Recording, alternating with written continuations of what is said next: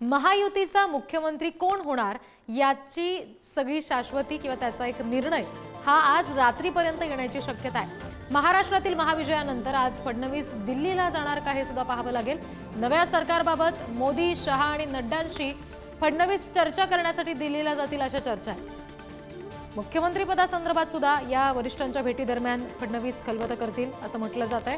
उद्या नव्या सरकार शपथविधी मुंबईतल्या वानखेडे स्टेडियमवर होण्याचा अंदाज आहे। देवेंद्र फडणवीसच मुख्यमंत्री पदाची शपथ घेणार असा विश्वास एकीकडे भाजप नेते व्यक्त करतात।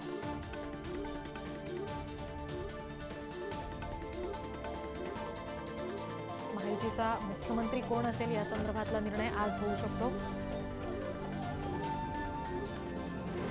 आणखी तपशील आपण घेणार आहोत। प्रतिनिधी धनंजय दळवी सध्या आपल्याशी जोडले गेलेले आहेत त्यांच्याकडून। धनंजय, कालचा निकाल सगळा आपण बघितला, भाजप पुन्हा एकदा मोठा भाऊ ठरलेलाच आहे। अशात फडणवीस मुख्यमंत्री पदाची शपथ घेतील अशा चर्चा आहेत, काय नेमके तपशील आहेत? रिद्धी, आपण जर पाहिलं तर उद्या वानखेडे स्टेडियमवर या शपथविधी सोहळा होणार असल्याचं कळतंय।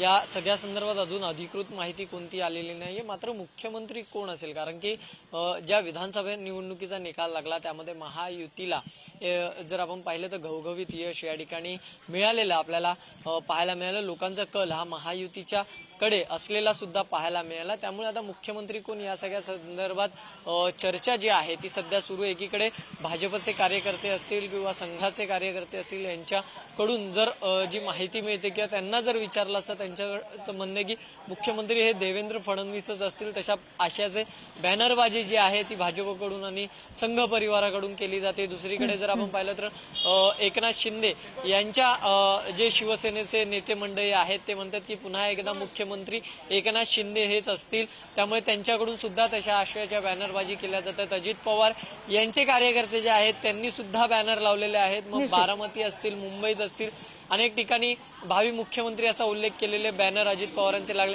त्यामुळे मुख्यमंत्री कोण हे आज जे आहे रात्रीपर्यंत हे चित्र स्पष्ट होईल। कारण की आज जर आपण पाहिलं तर भाजपच्या नेत्यांच्या बैठका आहेत, त्याचबरोबर जे नवनिर्वाचित निवडून आलेले उमेदवार आहेत ते एकनाथ शिंदे यांच्या भेटीसाठी वर्षा या निवासस्थानी येणार आहेत। तर दुसरीकडे अजित पवार यांच्या निवासस्थानी देवगिरी येथे सुद्धा नवनिर्वाचित उमेदवार सर्व होणार, त्यांच्यात बैठक जी आहे ती होणार आहे। त्यामुळे मुख्यमंत्री पदासंदर्भात सुद्धा पदाधिकाऱ्यांशी, नवीन उमेदवारांची हे नेते मंडळी चर्चा करतील। त्यानंतर जर आपण पाहिलं तर देवेंद्र फडणवीस हे दिल्लीला जाणार आहेत अशी माहिती मिळते। त्यामुळे दिल्लीला जाऊन सुद्धा ते पंतप्रधान नरेंद्र मोदी, केंद्रीय गृहमंत्री अमित शहा, JP नड्डा यांची भेट घेतील। त्यांच्याकडून जे आहे ते त्यांचं अभिनंदन केलं जाईल। या सगळ्या संदर्भातली माहिती त्यांना दिली जाईल।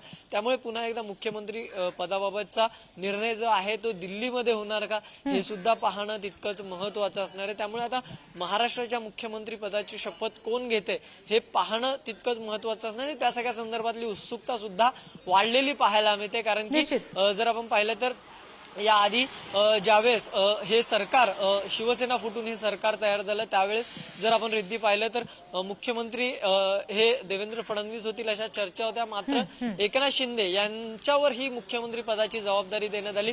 त्यामुळे आता पुन्हा एकदा निवडून आल्यानंतर मोठा भाऊ अर्थात जर आपण पाहिलं तर भाजप ठरलेला आहे, कारण की त्यांचं संख्याबळ हे सगळ्यात जास्त आहे। त्यानंतर त्यामुळे मुख्यमंत्री पदाची शपथ सुद्धा भाजपचेच मुख्य नेते घेणार का, अर्थात फडणवीस घेणार का, याची उत्सुकता आणि चर्चा सध्या रंगली आहे। त्यात काही शंका असायला नको। धन्यवाद दिलेल्या सगळ्या तपशिलांसाठी धनंजय।